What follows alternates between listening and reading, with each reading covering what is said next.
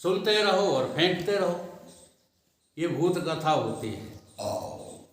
और उसी कथा को जब हम अपनी कथा बना लेते हैं तो वो कथा सार वस्तु हो जाती है। अगर वो कथा अपनी कथा न बनी तो वो कथा भूत कथा कहलाती है। फिर चाहे जौन सा पुराण हो, चाहे रामचरितमानस हो, चाहे श्रीमद् भागवत हो, चाहे शिव पुराण हो या अन्य कोई जो है पुराण हो।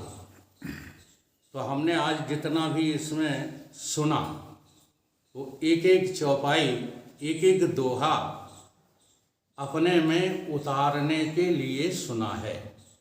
अगर वो अपने में नहीं उतर रहा है तो हमें अभ्यास करना चाहिए, तो नहीं तो हमने सुना ही नहीं। सुना कैसे जाता है? सुनते समय केवल सुना जाता है।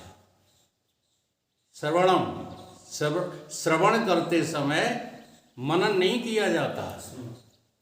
जैसे उदाहरण दिया गया है, एक बकरी जो है चरती है और चरते समय केवल वो चरती है, चाहे सामने विष आ जाए, चाहे अमृत आ जाए, चाहे अकौआ की बेल आ जाए, चाहे नीम का पत्ता आ जाए, वो चराचर लगी रहती है और दूसरा काम नहीं करती।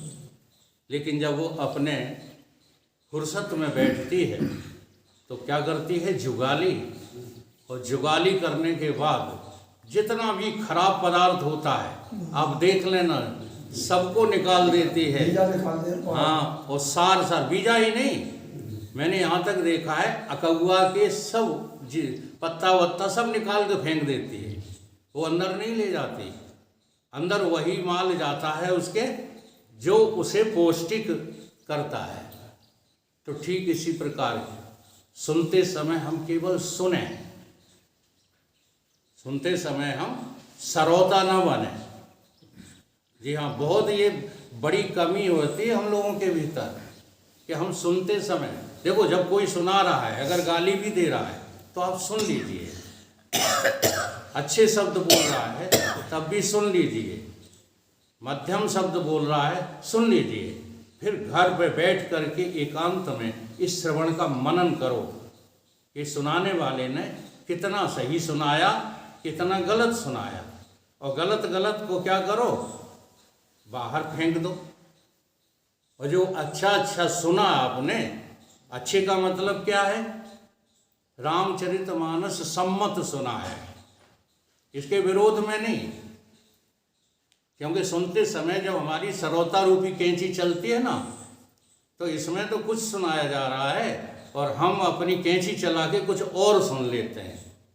जैसे एक उदाहरण देंगे छोटा सा, चरण पीठ करुणा निधान के। भरत को जो है राज्य करने के लिए भगवान राम की खड़ाऊं ही सिर पर रखना पड़ी। ठीक है, अब हम क्या सुन रहे हैं, इसका क्या अर्थ है? अब इसके 3 अर्थ निकलते हैं और वही गोस्वामी जी ने रामचरितमानस में प्रक्रिया अपनाई है।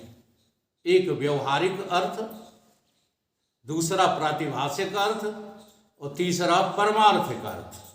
तो परमार्थिक अर्थ सबकी समझ में नहीं आता, लेकिन व्यवहार में भी हम लोग श्रोता चला देते हैं।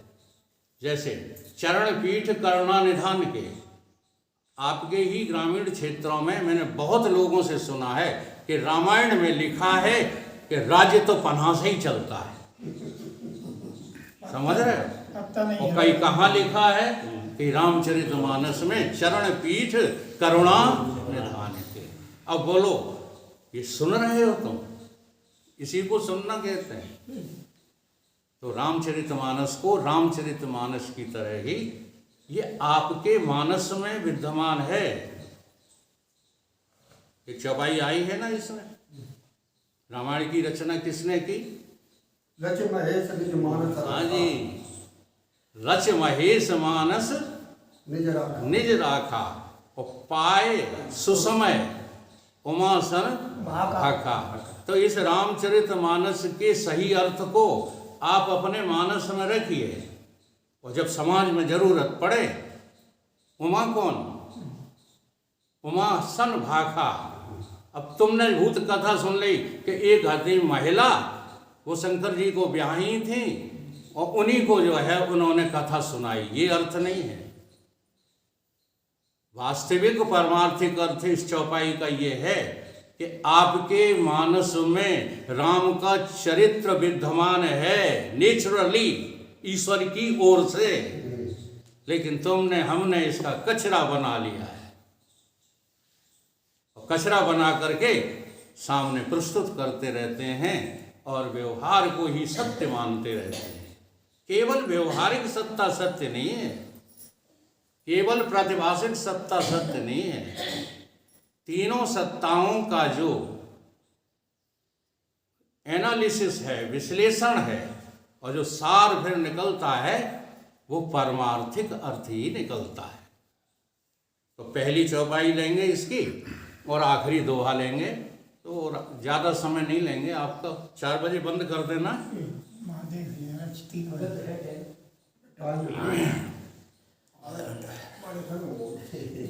मज्जन फल पैखिए तत्काला, यहाँ से प्रारंभ किया था।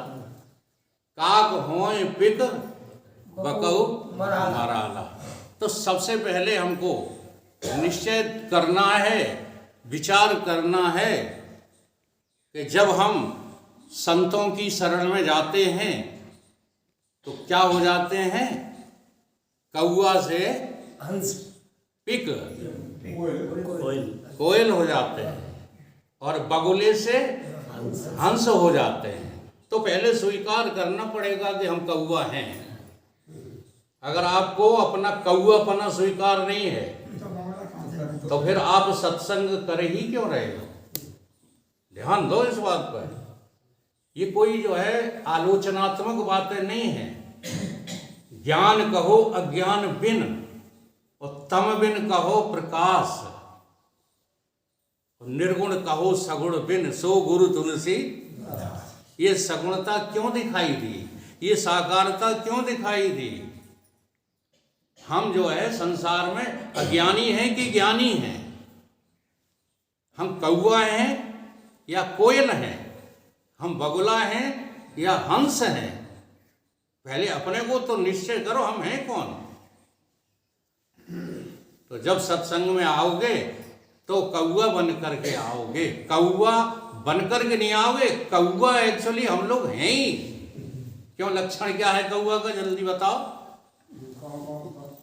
काँव काँव करता है, ये कोई लक्षण नहीं है, वो तो आवाज है उसकी।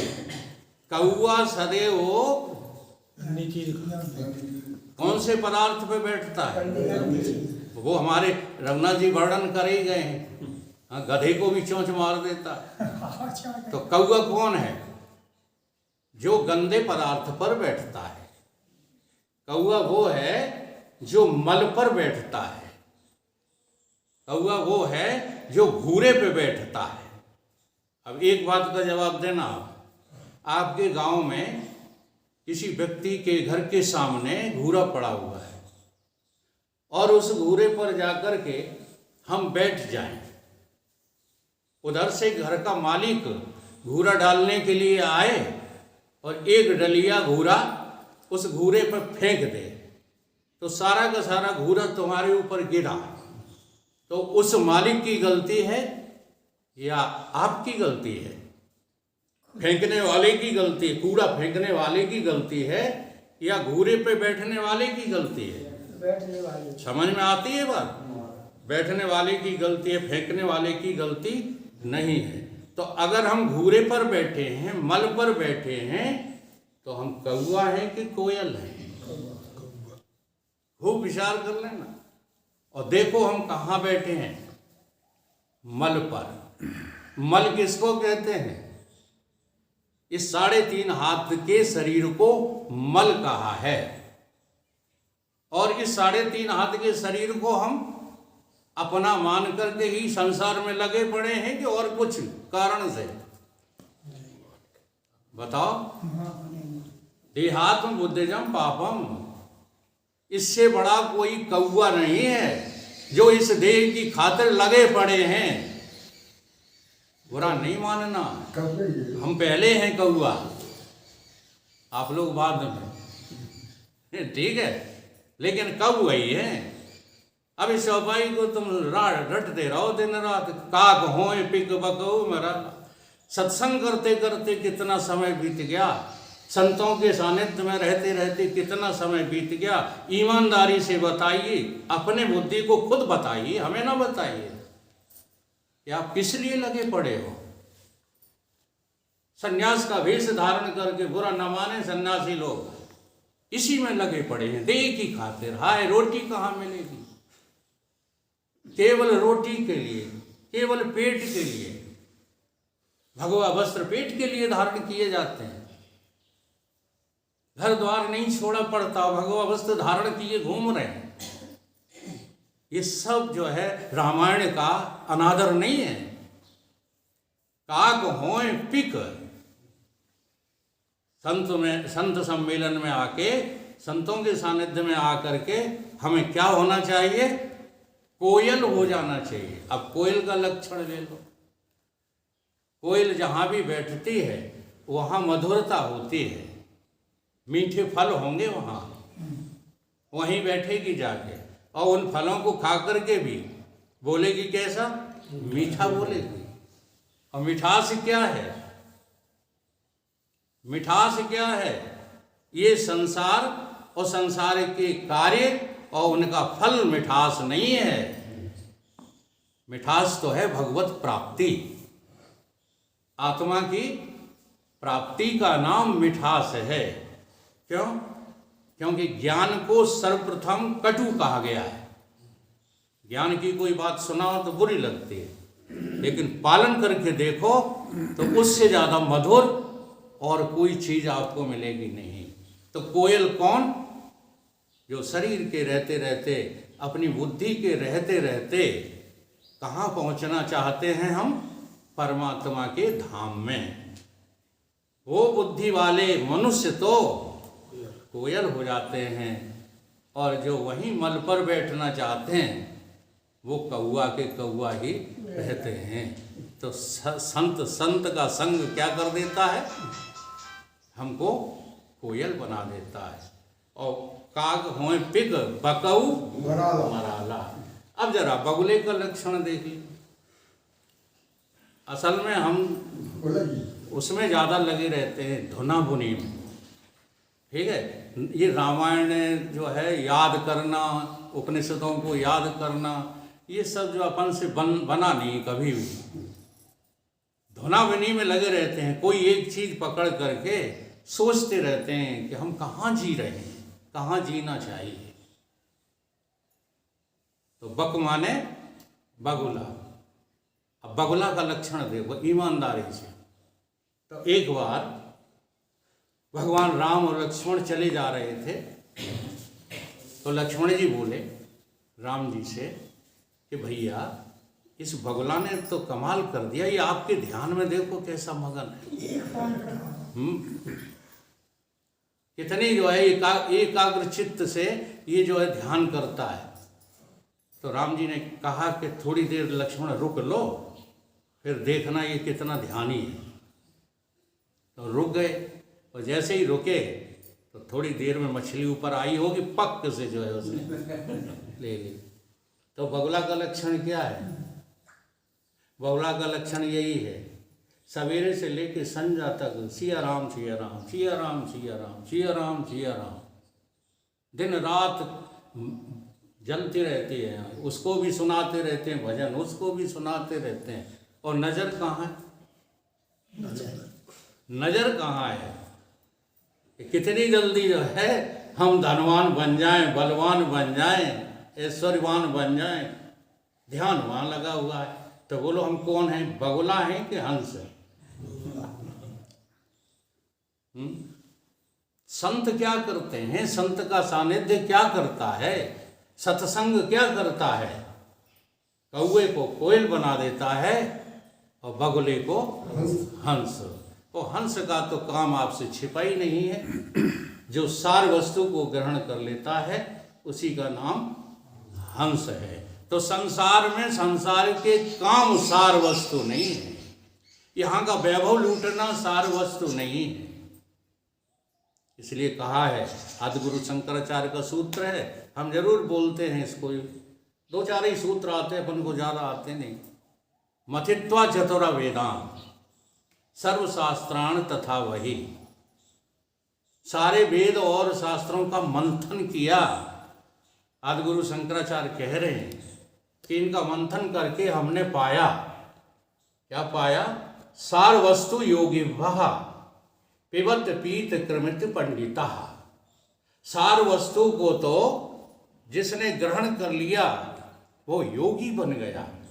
देखो, योगी वो नहीं होता है जो बड़ी बड़ी सांसें खींच लेता है।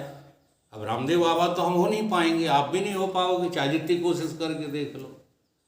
जो गीता में योग की चर्चा की है वो योग यही है कि आप संसार का परित्याग करके और परमात्मा से मिल चुके हैं, उसी का नाम योग है। योगस्थ कुरु कर्माणि, गीता में भगवान कहते हैं ना, तू योगस्थ हो जा, फिर चाहे कुछ कर डाल, सिद्ध असिद्ध ये तुझे कुछ भी छू नहीं सकते। समुत्तम योग उच्यते, तो समुद्र योग को धारण कर चुका होगा। कौन? जो परमात्मा के प्रेमी है। तो हंस किसको कहा है? जो सार वस्तु को ग्रहण कर लेता है, थोथा थोथा निकाल देता है, वो सार वस्तु को ग्रहण कर लेता है। माखन माखन संतन खायो, और छाछ पियो संसारी रे। कबीर बाबा ने कहा, संसारी लोग तो छाछ पीते रहते हैं। ये सांसारिक सुख कोई सुख थोड़े हैं, ये तो दुख ही हैं। लेकिन हमको सुख लगते हैं तो हम पूरा जीवन इसी में व्यतीत करते रहते हैं। इसलिए सार वस्तु पर हमारी नियत ठहरती नहीं है, और सार वस्तु पर नियत ठहर जाए यही है हंसत्व।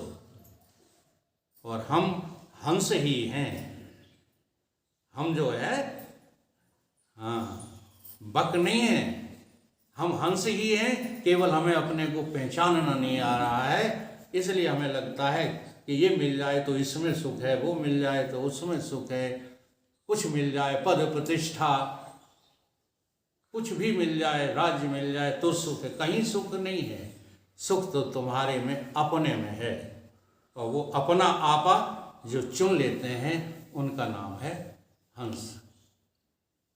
काक होए पिग बकहु मराला। वो आखिरी तोड़ जो है, फिर इसमें सारी बातें आई हैं। गोस्वामी जी ने संसार वालों की भी वंदना की है, संतों की भी वंदना की है, सबको जो है, सबकी गुण अवगुण का वर्णन किया है। वो आखिरी बात में तोड़ दी आकर के हमारे रघुनाथ जी ने। तो मैंने कहा बोलने का अवसर मिल गया मुझे। जड़ चेतन गुण दोषमय विश्व कीन करता। ये किसने किया है काम? जड़ चेतन गुण दोषमय, गुण और दोष युक्त, और जड़ और चेतन युक्त। ये काम जो है संतों का नहीं है, ये सदगुरुओं का नहीं है, ये है ब्रह्मा जी का काम, विधाता का काम।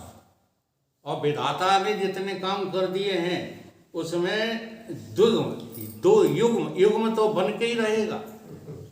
हाँ, जोड़ा जोड़ा। जी हाँ, अगर तुम विधाता पर आश्रित रहे तो तुम्हें इस दुख में, इस द्वैत में, इस द्वंद्व में जीना ही पड़ेगा। विधाता रहेगा है, विधातो रहेगा। हाँ, अब चाहे कुछ अर्थ करो, विधे रहोगे। विधाता के इस जो है प्रपंच में विधे रहोगे। क्योंकि यहाँ यही हान लाओ जीवन मरण यश अपयश विविधिया। अब यहाँ पर क्या करते हैं हम लोग? क्या कहते हैं? यही में लगे रहो, अपने हाथ में नहीं है। ये अर्थ थोड़ा ही है। विधाता ने जो रचना रची है वो तुम्हें समझाने के लिए रची है कि इसमें तुम किस भी तरफ जाओगे, चाहे दुख की तरफ जाओ, चाहे सुख की तरफ जाओ, चाहे हानि की तरफ जाओ, चाहे लाभ की तरफ, चाहे यश की तरफ, चाहे अपयश की तरफ, ये चक्र तुम्हें परेशान करता ही रहेगा। आज दुखी हो तो कल सुख पाने की कोशिश करोगे, और जब सुख भोगोगे तो उन भोगों के परिणाम में दुख आ ही जाएंगे, अपने आप आ जाएंगे। हानि नहीं सहोगे तो बड़ी भारी मेहनत करोगे, लाभ प्राप्त करोगे। कब तक लाभ प्राप्त करते रहोगे? एक दिन हानि से मुकाबला तो होना ही है ना। और जो जन्मा है सो मरेगा ही। जाता से हो ध्रुवम मृत्यु, ध्रुवम जन्म मृत्युस्य च। जो जन्मा है वो मरेगा। तो इनमें कहीं चैन है क्या? नहीं है। तो दोहा क्या कह रहा है? जड़ चेतन गुण दोषमय विश्व कीन करतार। करतार ने यानी ब्रह्मा जी ने यहाँ सब जोड़ी से पैदा कर दिया है। ये इसलिए ने पैदा नहीं किया है कि तुम इन्हें भोग भोग करके अपना जीवन बर्बाद कर लो। किस लिए पैदा किया है? कि इन चीजों को देख देख करके, सुन सुन करके, समझ समझ करके इनसे अपना पल्ला झाड़ो। संत हंस, संत की पदवी है किसकी? हंस की। और जो संसार के गुण दोषों में विश्लेषण करके गुण पकड़ना। अब देखो यहाँ बहुत गहराई लेकर के ये दोहा है। परमार्थिक अर्थ बता दें आपको इसका। ये तो व्यवहारिक अर्थ बता दिया, परमार्थिक अर्थ सुन लो। जड़, जड़ चेतन, जड़ को कहा है दोष। जी हाँ, उसका क्रम देख लीजिए। जड़ चेतन, और चेतन के साथ जोड़ दिया गुण, और जड़ के साथ जोड़ दिया दोष। तो जितना भी जड़त्व है इस संसार में सब दोषपूर्ण है। वो निर्दोष कैसे हो सकता है? रुपया निर्दोष कैसे हो सकता है? बता दो। ये मानव के शरीर, स्त्री पुरुष के, नपुंसक के शरीर निर्दोष कैसे हो सकते हैं? हमारा तुम्हारा मन, बुद्धि, चित्त, अहंकार निर्दोष कैसे हो सकते हैं? जितना भी जड़ भाग है, प्राण हमारे निर्दोष कैसे हो सकते हैं? सब दूषित हैं। जड़ भाग सब दूषित है और चेतन भाग सब गुण है। इसलिए संत कौन यहां पर है? जो गुण गहे, गुण को क्या करे? ग्रहण करे, अर्थात चैतन्यता को ग्रहण करे। और गहराई से यदि आप समझना चाहें तो समझ लो, ठीक है। आपका स्थूल शरीर जड़ है, जो स्वप्न काल में तुम्हारी चारपाई पे पड़ा रह जाता है। इसे साथ ले जाते हो क्या? जब स्वप्न देखते हो तब ये शरीर आपका आपके साथ है? खूब विचार करो। ये जो तीन अवस्थाएं मिली हैं तुमको, जागृत, स्वप्न, सुषुप्ति, ये केवल विचार करने के लिए मिली हैं। रोजाना सोना जगना, सोना जगना, स्वप्न देखना, इसके लिए थोड़ी ही मिली हैं। विचार काल होता है केवल जागृत अवस्था, सत्संग काल होता है केवल जागृत अवस्था। जैसे आया था ना इसमें, गोस्वामी जी कह रहे हैं कि दुष्ट तो कोई सोते ही रहे कुंभकर्ण की। हाँ, तो किन को कह रहे हैं? ये अपन को ही कह रहे हैं। जी हाँ, किसी और को नहीं कह रहे हैं। अगर तुम काम काज में लगकर अपनी जिंदगी बर्बाद कर रहे हो, उससे अच्छे तो कुंभकर्ण हैं जो सोते ही रहते हैं।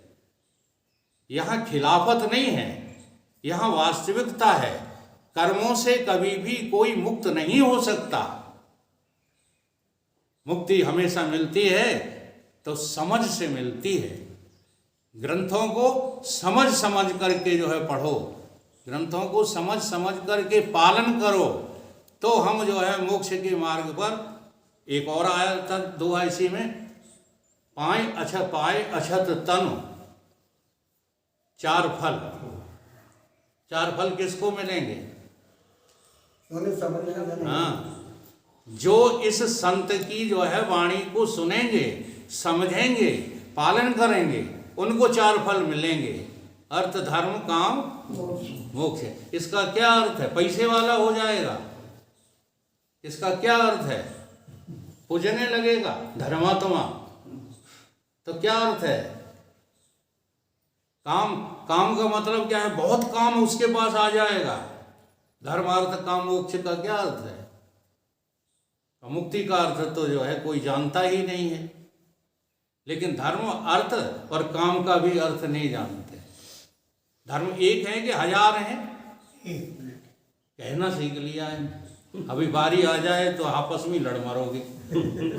हाँ, तुम अलग धर्म मानते हो, हम अलग मानते, लड़ाई होगी। धर्म एक ही है, विचार से देखो। आंख का धर्म एक, कान का धर्म एक, नाक का धर्म एक, पैर का एक, हाथ का एक। बोलो किसी के धर्म मिलते हैं? तुम्हारी आंख कभी कभी सुनने लगती है, कान कभी कभी देखने लगते हैं। धर्म तो एक है, तो तुम्हारा हमारा धर्म दो कैसे हो जाएंगे?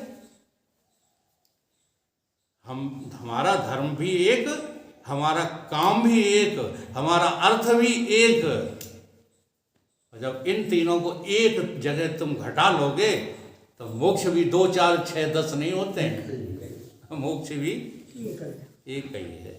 सारे बंधनों से, जन्म मृत्यु के, सुख दुख के, हानि लाभ के बंधनों से हम अपने को अलग खड़ा देखें तो समझ लेना। मैं ये नहीं कह रहा हूं कि दुनिया देखे, दुनिया आपको नहीं देख पाएगी। आप अपने को देख सकते हैं। जब आपको हानि हो तो आप देख लीजिएगा, हानि वाले आप नहीं हैं। जिसकी हानि हुई है वो कोई और हो सकता है, लेकिन तुम्हारा अपना आपा अपनी मैं नहीं हो सकती। तो इस प्रकार से चारों फल हमको प्राप्त कहाँ होंगे? इसी सत्संग में, और कहीं नहीं होंगे। तो जड़ चेतन गुण दोषमय, ये संसार तो काय से बना हुआ है? द्वंद्व से बना हुआ है, दो से बना हुआ है। लेकिन इसमें से छांटना किसको है? संत को। जो छांट लेता है और छांट करके उसे ग्रहण कर लेता है, जो गुण है, चेतन गुण है और जड़ है दोष। तो सारी जड़ता का त्याग और परमात्मा की स्वीकारोक्ति का नाम ही क्या है? मोक्ष है। इसी को जो है मुक्ति पद कहते हैं। और यही आज की चौपाइयों का सार है। बस इतना ही कहेंगे। समय की अधिकता भी लेना ठीक नहीं रहता। बोलिए सद्गुरुदेव भगवान की जय।